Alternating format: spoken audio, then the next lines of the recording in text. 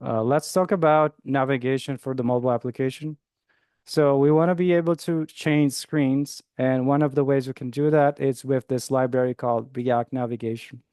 So first we're going to install that, and then we're going to learn how to use it to make a stack navigator.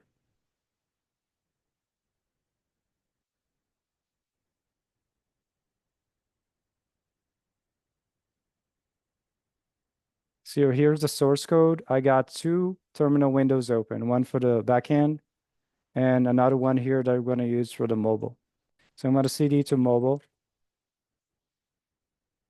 and we're going to install some things first. So npm install at react dash navigation dash, sorry, at react navigation separated by dash slash native.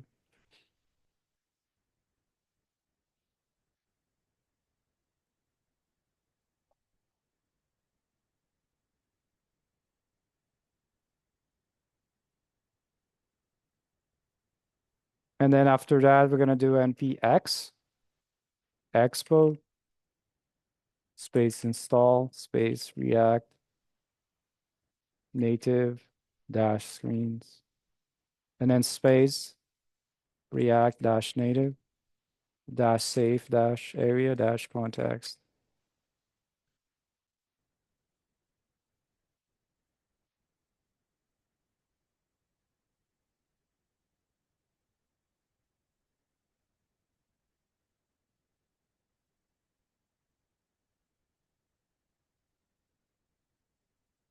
And then finally, npm install at react dash navigation slash native dash stack.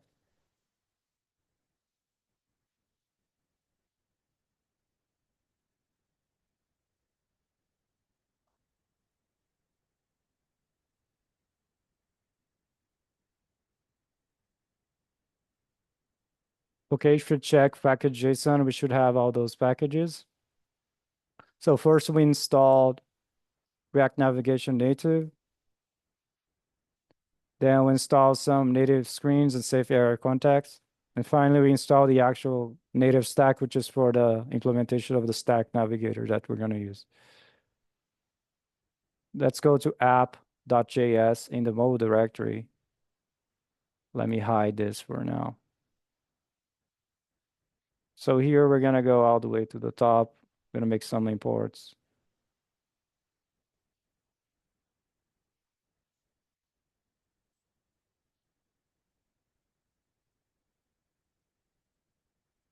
Let's see here.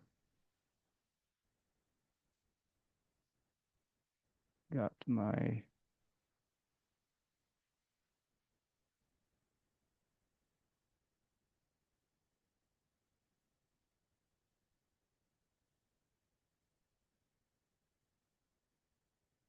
okay. So we're going to need navigation container. So import that from at react dash navigation slash native. And then we're going to go here. Let's first extract this stuff from app outside. It's kind of, let's make a new component for that. So we're going to make a function here. Let's call it the image gallery. How about that?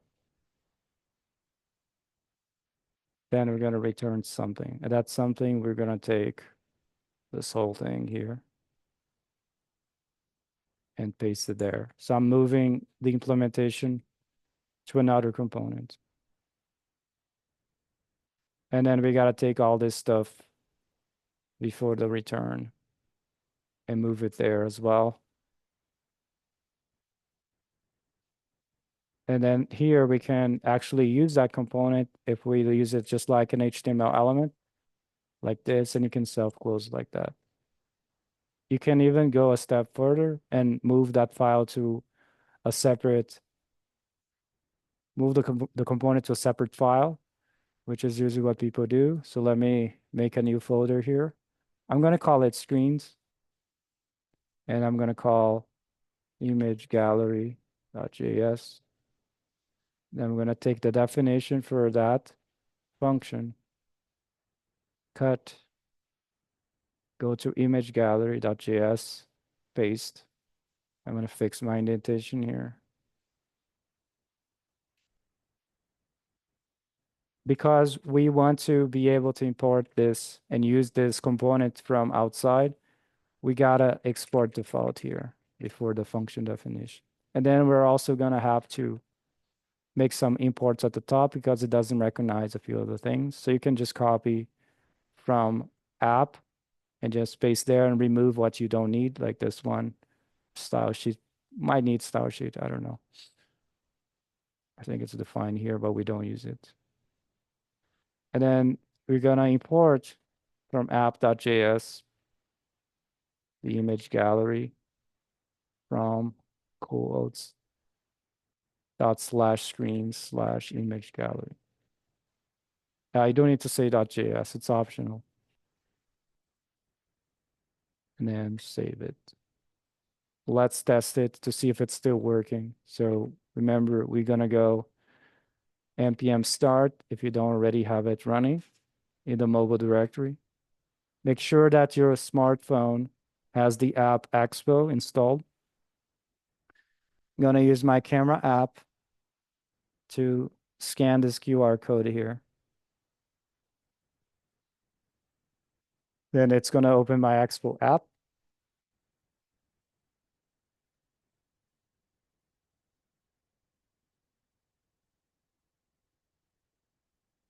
And I should be able to see it. Let me just share.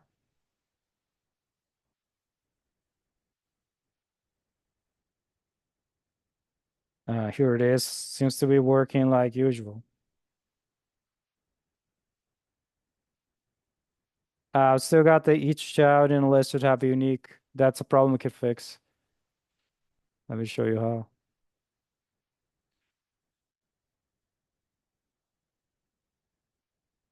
That's usually when you do map into JSX, where we do here in images.map. This is inside the definition for image gallery, return value.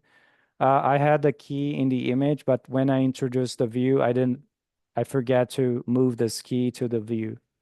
So you move that. That way that warning will go away. Anyway, things are working like usual. So now let's do the navigation thing, going back. So we're gonna enclose the image gallery in the app component in a navigation container. Make sure the closing tag is after image gallery. And then for this, we need to add a navigator, stack navigator here. Navigator. And then to be able to use stack, we have to create that. So we're going to create a variable here. And that variable will be the return value of a function called creates native stack navigator, which comes from the at react-navigation / native stack. So when I do enter and call it as a function with parentheses, it automatically imports for me thanks to VS Code's auto import feature. Once I got that, I call it stack, but you could call it anything else. I create a navigator here, and then finally we can introduce all of our screens. So basically you have the navigation container, and then you have your kind of navigator, and then finally you have all the definitions for the screens. So we can use stack.screen component to create your screens, and it's self-closing. Now to the screen, you can give it a name. For example, let's call it image gallery. And then the component that you want to show for this particular screen, it's going to be image gallery. You don't have to define it like we did here. So we can eliminate that.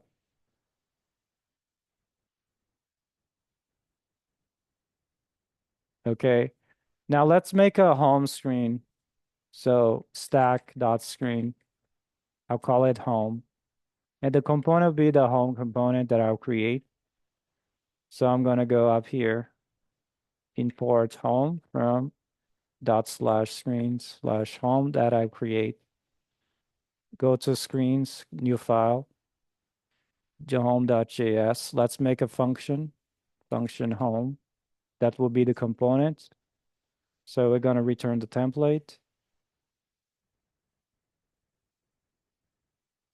I'll just add a view with the text.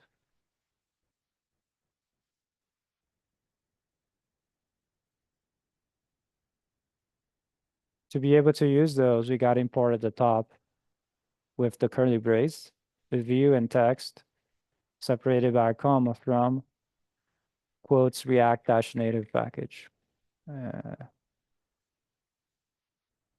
Now, to be able to have this function be used from another file, we got to export defaults. You could do it here like we did before, or if you like, some people like doing after the end like this. That's also another way. We're going to save that, going back to app, save that. Now I'm going to go and reload my app here to see what happens. Sometimes when you introduce screens like this, the order doesn't quite appear in the way it's supposed to be because usually the first component defined here in the list will be the one to show at first if you don't have any particular definition for the initial route name.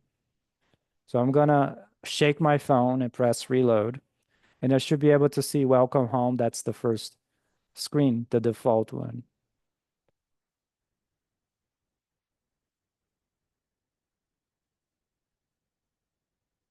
As you can see here, we got the text "Hello, welcome home." And at the top, this navigator stack, it adds the kind of status bar at the top, a menu bar with the title, which corresponds to the name by default. Okay, let's go back.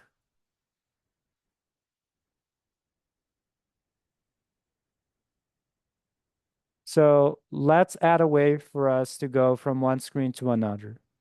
So we're gonna go to the home screen. I want to be able to go to the image gallery. So I'm gonna add a button here. So add a button with title, image gallery. And then on press will be on image gallery press, a function that I'll define. Let's go before return, define the function on image gallery press. And we're gonna do here the navigation. So by default, the component that is passed to the stacked screen here, this one, it will receive as props an object that you can use, a function to call to navigate. So every component actually can receive props. So we can put a props parameter there for the component function. And then from there, we can use a function to navigate. Okay, so let's go. So when you press the button image gallery, I'm gonna call props.navigate function. Now you gotta pass the name of the screen you want to go to, and the name has to be the same as the one you specified here in the definition for stack.screen. This one is just image gallery. So make sure you pay attention to the casing and the characters, each character.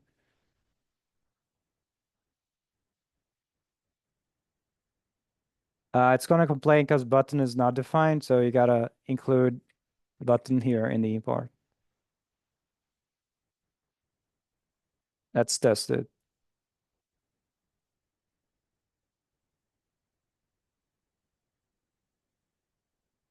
As you can see, there's a button I'll press, and it goes to image gallery. If you notice that the title of the page is the name of the component definition of the screen. You can change that by passing options property to the screen component. And on the top left, you're going to see a back button that goes to the previous screen. If you press that, it's kind of pops that screen. Imagine a pile of plates. This is called a stack navigator. So as you go through the navigation, it stacks on top. And if you want to go back, it just removes the top one and you can see the thing below under it. Okay.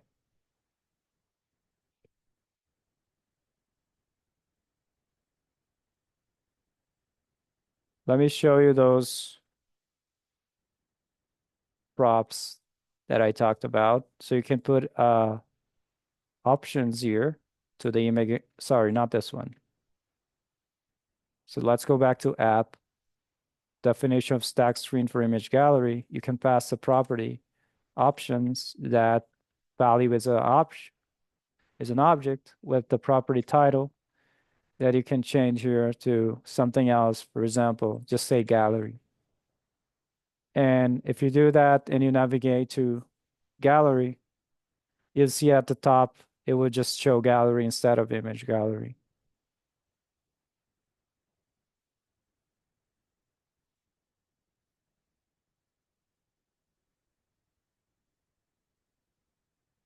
Okay, so let's go back.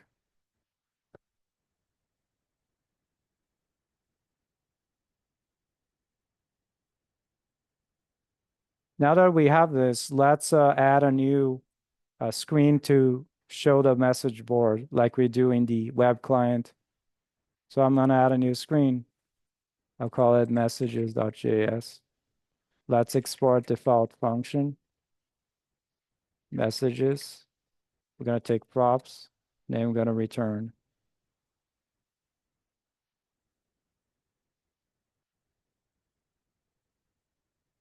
Let's add a view.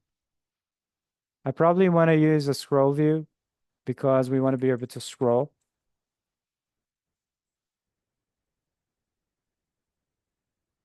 So we're going to import scroll view from React Native.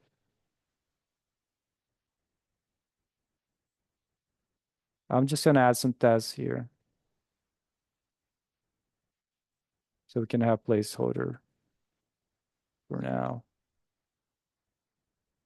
And then we're going to go to home, add a new link, which is just a button. So you can repeat the same process, add a button. Let's call it messages on press. You can either define the function outside, you can also define it here. If you want to do it here, one way is just passing the function like this. You can just call props.navigation.navigate and then give it a name. So this one would go to messages, right? We got to define it here. If you want to use arrow function, that's okay. You might see this a lot. It's not a way of defining a function. If you remove the keyword function and to the right-hand side of parentheses, add a like equal sign and then the greater than. You can also be an implicit return, meaning you don't have to have the curly brace. You can do that as well. And then it would look like this.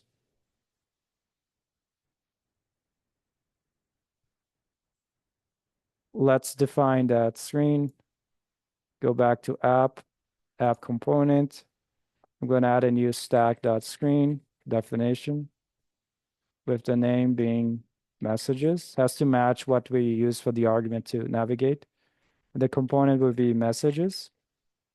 And if I press enter, it will auto import. You can see here. And if you want options, you can pass title to be different, like board, something like that. Now let's test it out.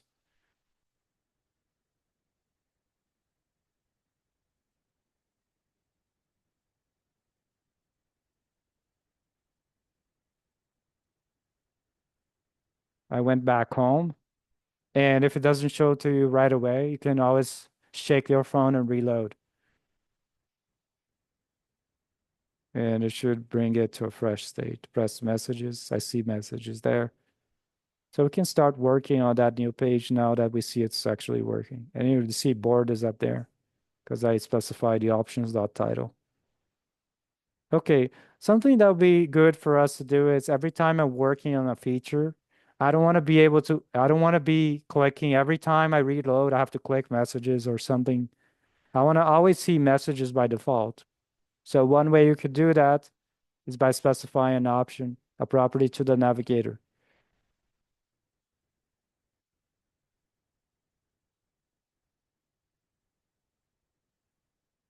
And locate the stack the navigator, add initial route name, and then you can pass messages. That way it's always going to be by default messages that will appear.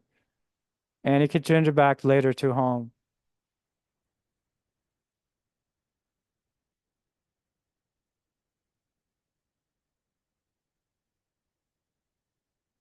Okay?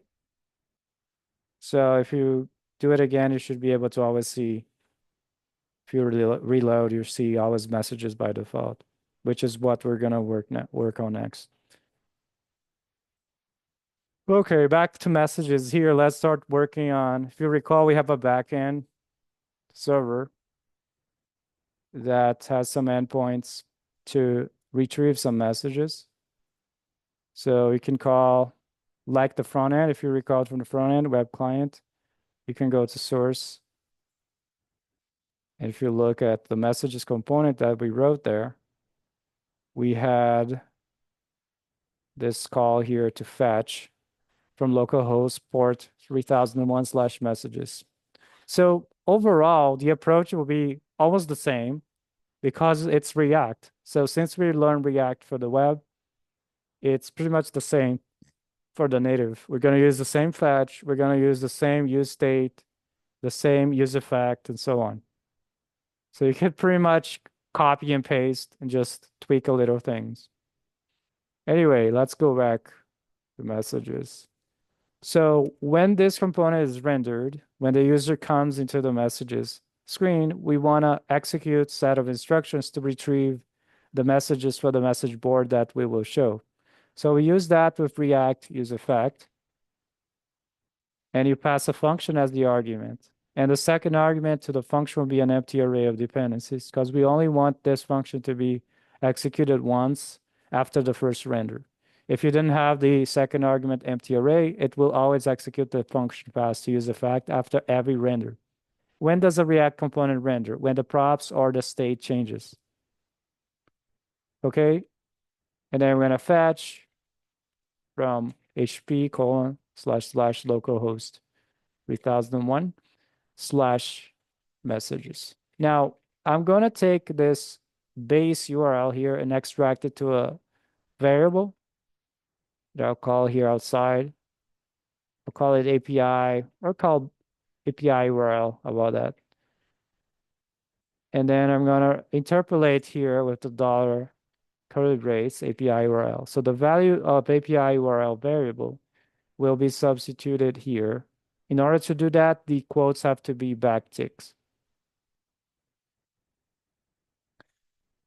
And then this will return a promise with a response. We got to handle that. Then you pass a function there with the response. And you follow the same thing we did front end. Handle errors if response not okay. Let's assume the happy path. You're going to return the response.json function call so that it extracts from the body of the response the data and turns that into an array of objects. And that in turn returns a promise. So we got to handle that as an outside .then here.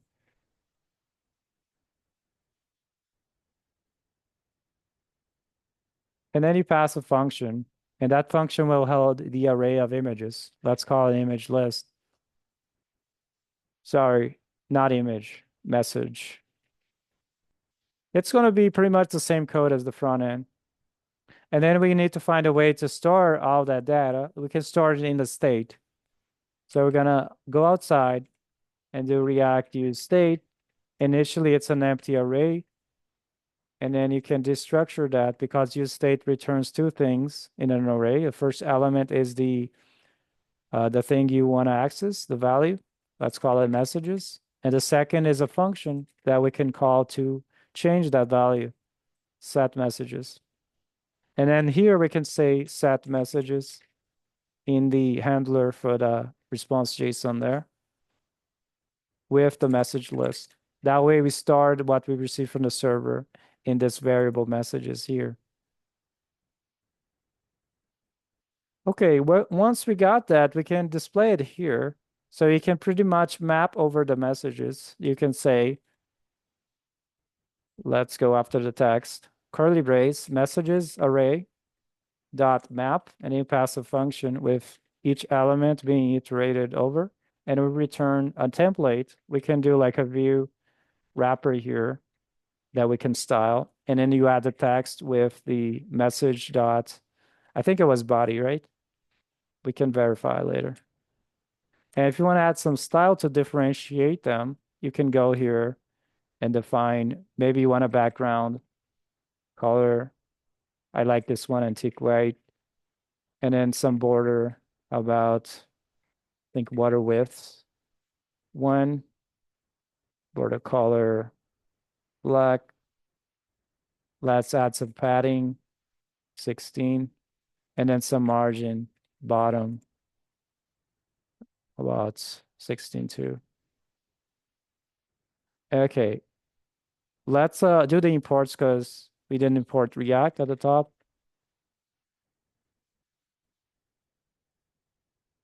And one thing we're going to run into trouble is with the fetch call to the server, because right now the app is running on the phone and the phone cannot access the backend API. So to get around there, you got to do some tunneling. Let me show you how. So we're going to go back to the server here, package.json. I'm going to add a new command here. I'll call it tunnel. And this will call a package that we need to install called local tunnel. We just call LT. And then we're going to pass the port that's used by the backend. I think, if you recall from the backend, that's 3001, right?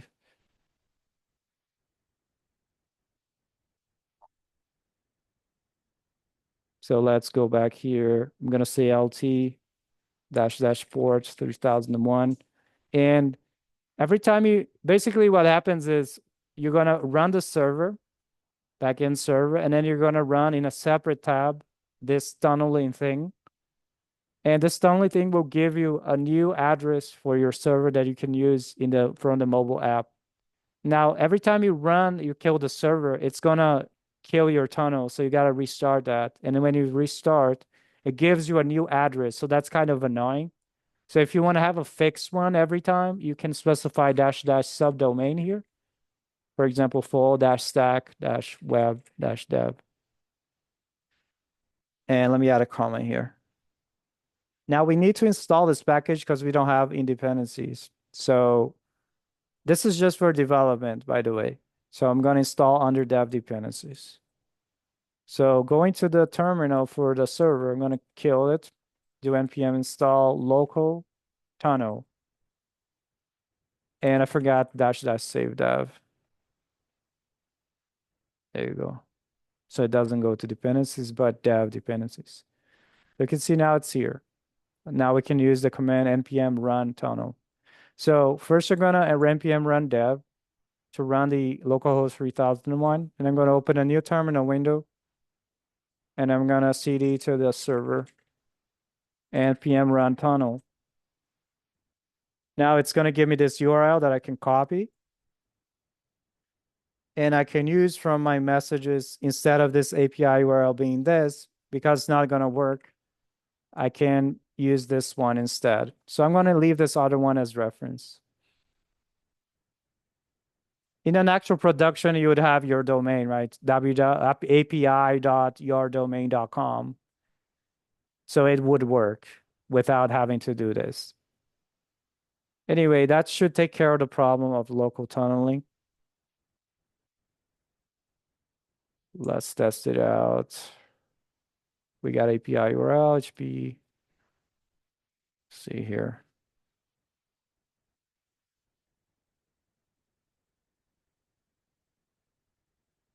Reload the app. So I don't see anything. So I cannot show you how to debug again.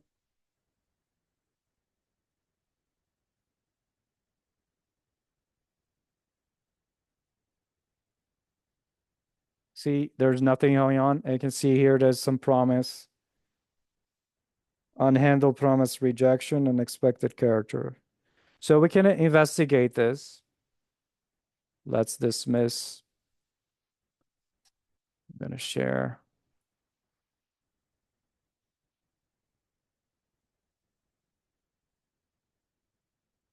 Okay, so we're not handling errors. So in this fetch call, something's going wrong. So we can add a dot catch block here with the function that will receive the error. And then we can show the error on the screen if you want. Let me add here. You see here after messages, I'll add, let's call it messages error. If that variable is defined, I'm going to short circuit the double ampersand, show a text that says fail to retrieve messages, colon, and I'm going to dollar, sorry, no dollar, curly brace with messages error to substitute the value there. And if I want to add a style with some color red to make it more prominent, then we're going to go up here and define within the function messages, React use state, gonna give it, let's give it no. And we're gonna call it messages error, set messages error to keep track of that. So every time when we catch something here, we're gonna set messages error with error.message. And if you do that, we should be able to see that error message in red color.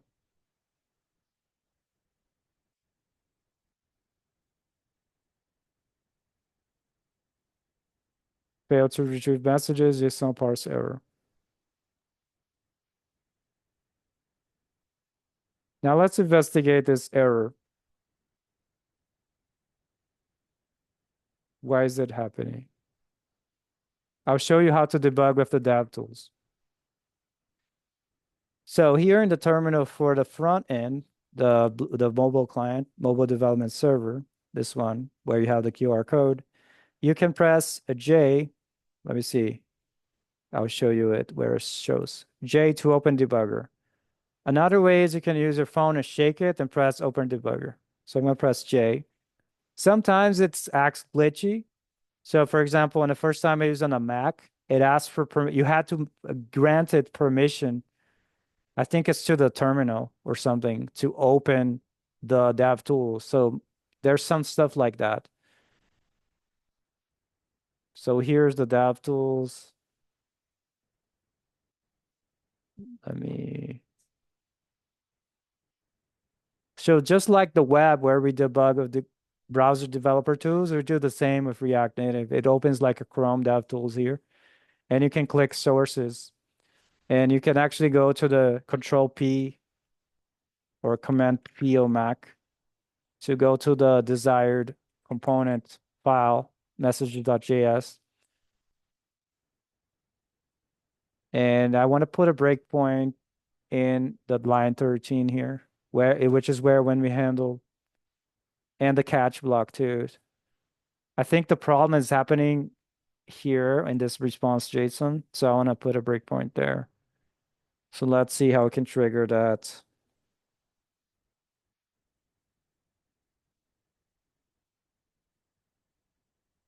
So I think I'm gonna make it, if I reload, it doesn't work to trigger it. So I'm gonna do is the following. I'm gonna make our default screen be home so that we can press the button to go to the message and trigger the use effect call. That way, because just reloading just doesn't trigger the DevTools. So let's do that. So we're gonna go to app and change the default route name here to be home again. Save it. Now let's see, reload the app.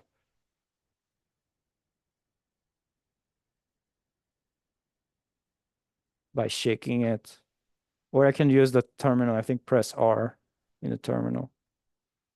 Let me try it. R in the terminal. Okay. Now I'm gonna press messages. I'm gonna watch the DevTools to see if it's triggering.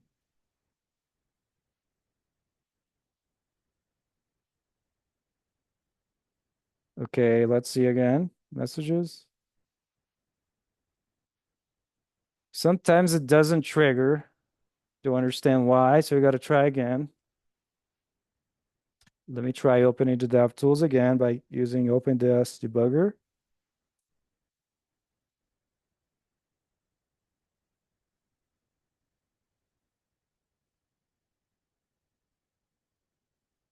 Here it is again, sources.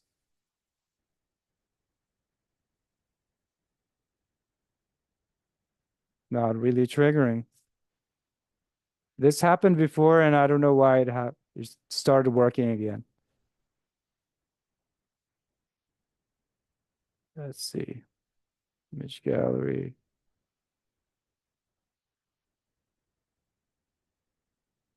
Let's put a breakpoint outside. Now it's triggering it. If I put a breakpoint in the fetch, now it's stop here, press play to keep going. So it's rendering.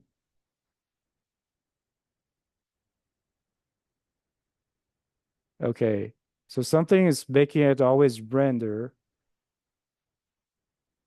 So maybe something. Okay, let's look at the code.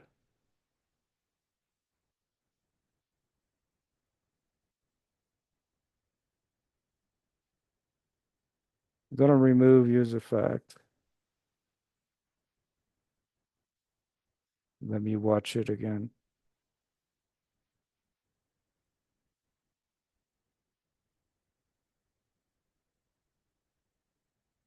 Reload here. Reload. Messages. Now it's triggering. Play, play.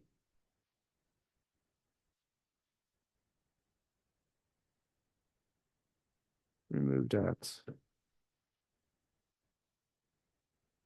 Shit.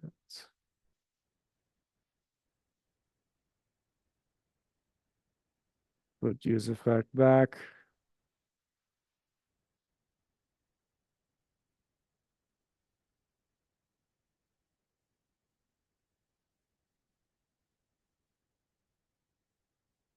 Let me put this down here.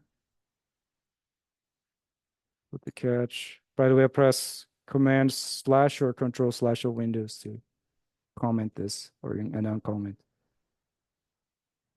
So let's see. Put that in a new line.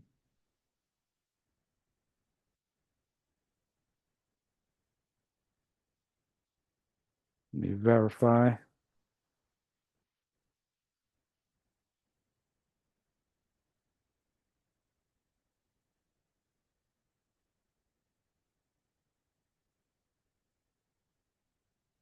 Okay.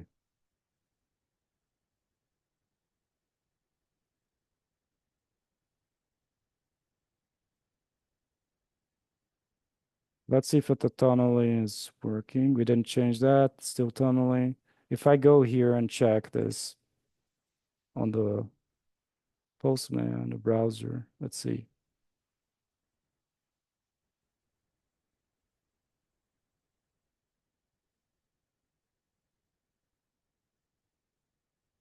If I just last messages, will it work?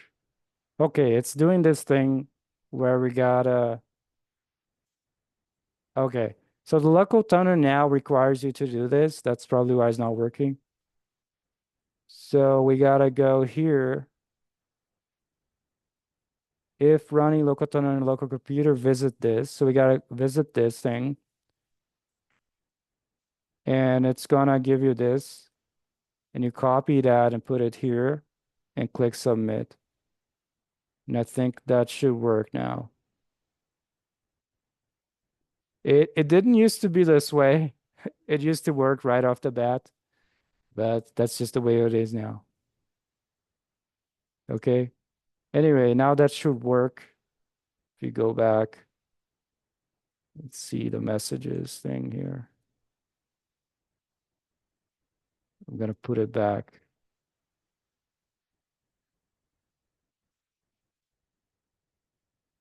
Save it. Let's try it out. It's gonna return empty because I don't have any, so let me create some. Because I'm using Mac right now, I had to recreate the database. So let's go to pgadmin here. And I will create some posts. Full stack DB3 schemas, tables, messages. Let's make a user here.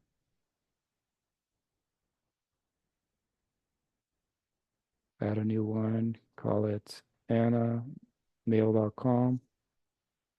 This is Anna. Read it out now.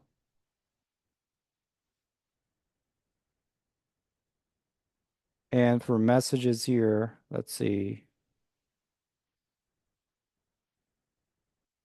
I'm going to create a new one. Hello world. User one, now,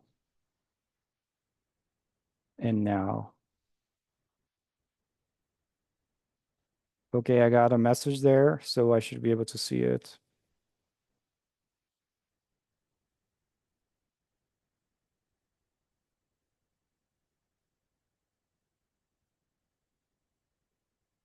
Messages. Let's see. I think it's pausing the breakpoint for the DevTools.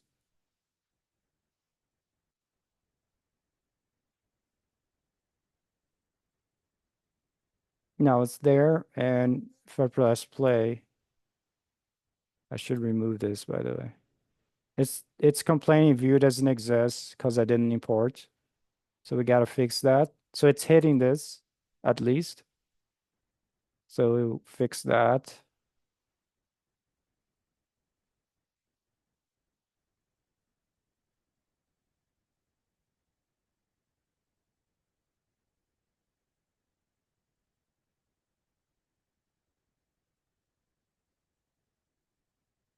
Scroll up, add view here, save. Try again.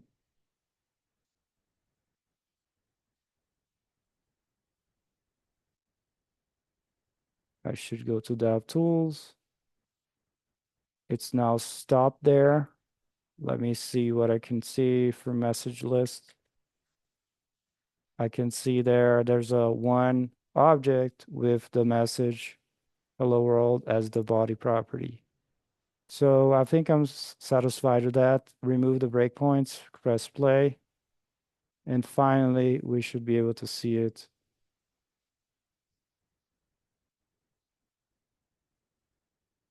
Message is there. Okay, so that's hello world. Now let me quickly show you how we can create a message.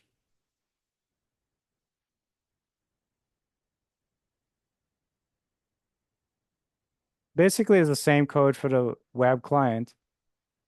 Same, except we use view and text, basically.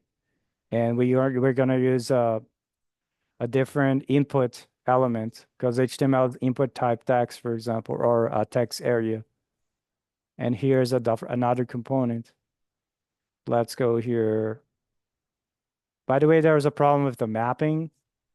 I just add a key to the view here. So you can add a key to the view and you can use the message ID. Now, another thing, if you don't like the inline styles, people usually isolate them like a style sheet in CSS. So you can refactor. So let me show you different ways of doing the style. So you can do inline like this, or you can take that out and you can make a variable for that. Let's call it styles. And then you can make a property in that styles object. Let's call it message container. How about that?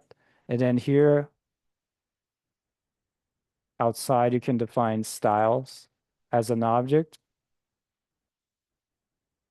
and you can pass message container property and pass that value as this object. So when you say styles dot message container, it gives you back this object here. And that's a way of organizing it better. And then if you had other stuff to give styling, for example, this text message, you can say styles dot error message, and then you would go up there, add to the styles object, the error message property with the definition with this object. That way, when you say styles dot error message, you get this object with the color red. This is one way. Another way is you can go even further and isolate this to a separate file. So I could go here under mobile, create a new folder called styles, and we can go here and create, for example, messages.js. And I could define this there by cut and paste.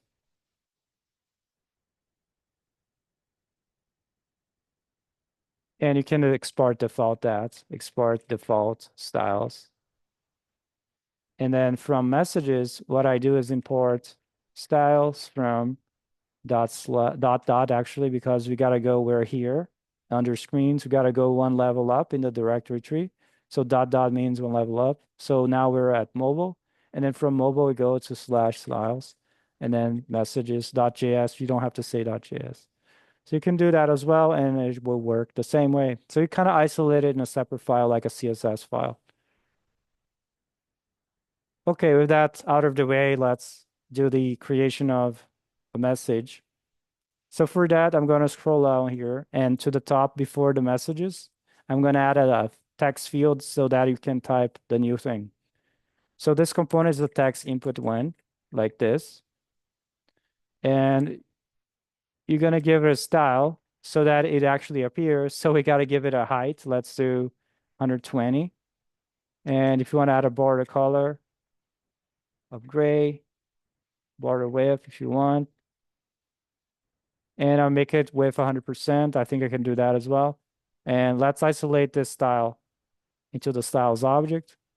Let's call it styles dot text input. And I'll go to styles slash messages. I'll open here. Let me see if I can put editor layout split down so you can have it down here. So add text input and pass that object there.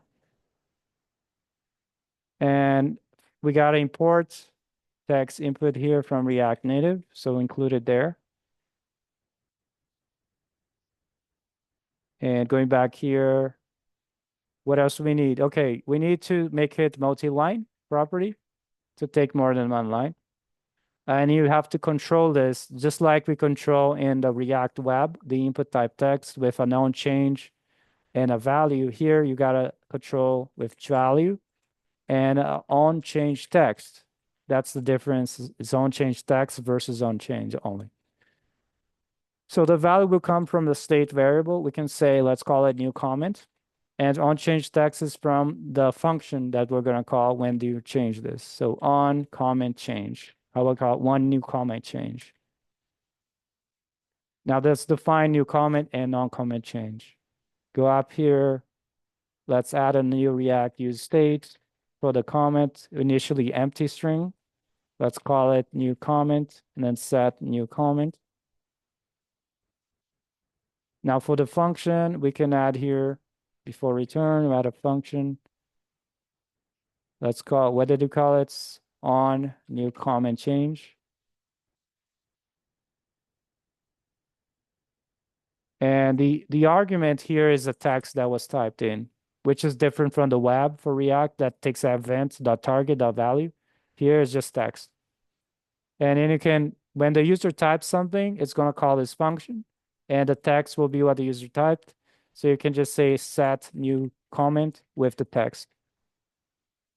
And that should control the input. Let's see. I have that here. Click there. I can type hello there.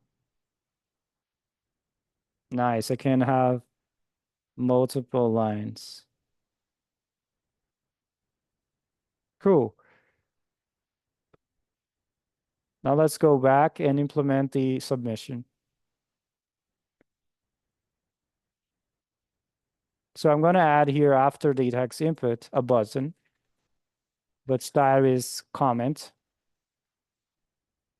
And when I on press, I will call a function that I'll define on comment press.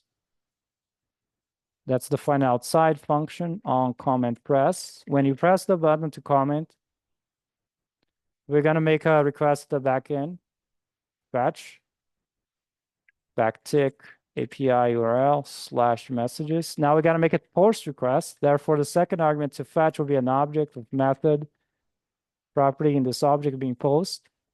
Some headers, so we are sending JSON, so content type in under quotes, application / JSON.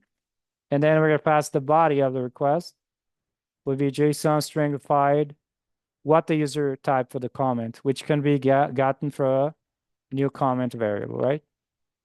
But this has to be under an object because I think the backend expects it to be body, if I'm not mistaken. We can verify. Let's verify. Server / index. We go to the definition for the endpoint, app post / messages. I will verify what properties it is expecting its body. So we're safe. So we can go back, its body property for the object. All right. And I think that's it for options to the fetch. And this returns a promise that we can do a dot then and pass a function that has the response. And then we can do the error handling if response not okay. Assume happy path for now. I do response JSON, and that will extract from the body the response. If there's one, I think usually it returns back the object itself, including an ID from the database. So I can do a dot then function with the created message. And we can do whatever that. Typically, we include in set the new messages I can add to the top of the list. So I can set messages as an array, copy from the existing messages. So you can say dot, dot, dot to copy the elements from the array messages. And then before that, at the first element, which will appear at the top, is the created message object. And here outside, you can add a dot catch if you want to catch any errors that might occur in the promise chain. So you can put a function there and handle error in promise chain. And I need this.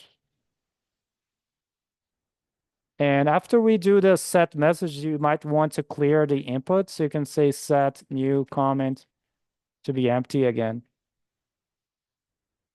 It's complaining about button not being defined. So at the top, add button here to the list of imports for React Native. Now let's test it out to see if it's working.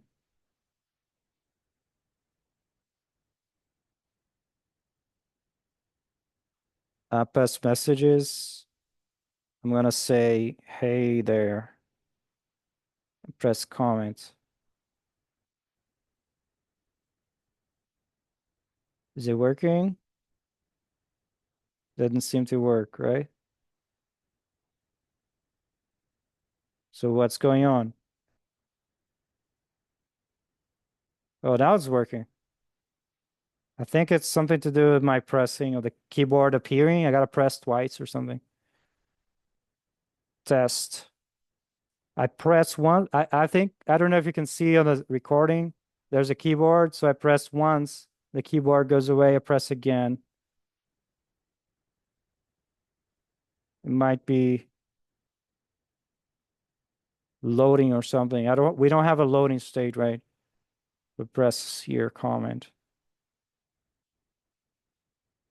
Hey, comment. Now it's working. Test to return comment.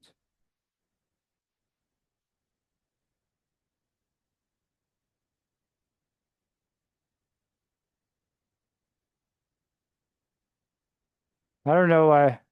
How's everybody doing? Is it working for you okay? I don't know if it's my touch screen that's I have to press twice or three times,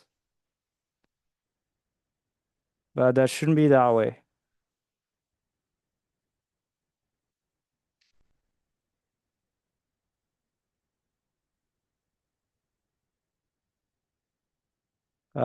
We can add a loading state if you want. Let me add a loading state over here.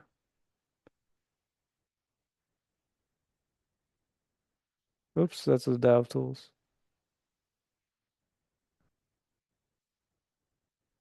If you want to add a loading state while you press comment, we can go here, add a new variable, React use state. The loading state will initially be false, and then you can set submitting. Let's call it submitting.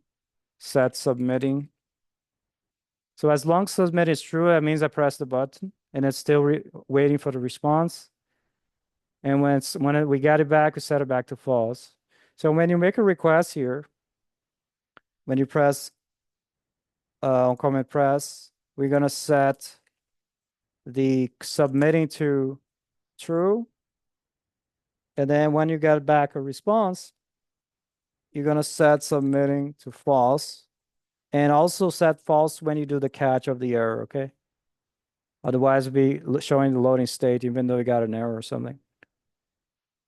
And then here in the so there are different ways you could approach that. Maybe you can make the text input disabled or disable the button as well. So people like to show a spinner to indicate, you need some sort of indicator so the user knows, oh, I'm waiting, I'm loading. Okay, if you want, since we don't have a spinner right now, I think we could use an activity indicator or something. Let me see, activity indicator. Let's try this one. And I'm going to include that only when submitting is true. So I'm going to short circuit. So when this variable is true, it's going to show that. When it's false, it doesn't show anything. And this one comes from React Native as well. So let's try that, see what happens.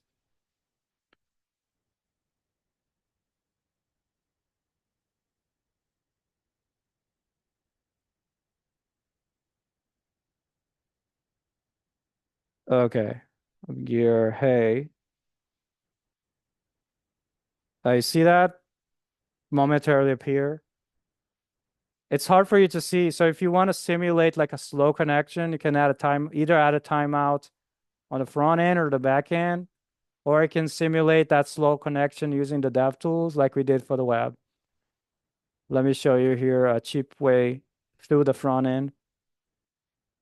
You can just go here wherever you receive the message here. You're about to set submitting back to false and do the setting of the message here. You can simulate a very long delay by set timeout.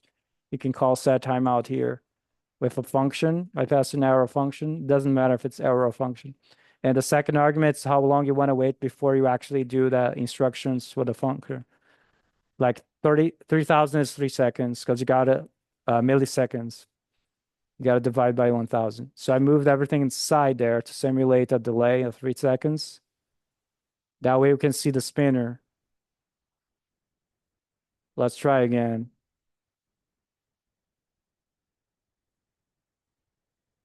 I'm gonna see. Hello. And see the spinner there? Spinner, spinner, spinner, and hello. And that's a loading state.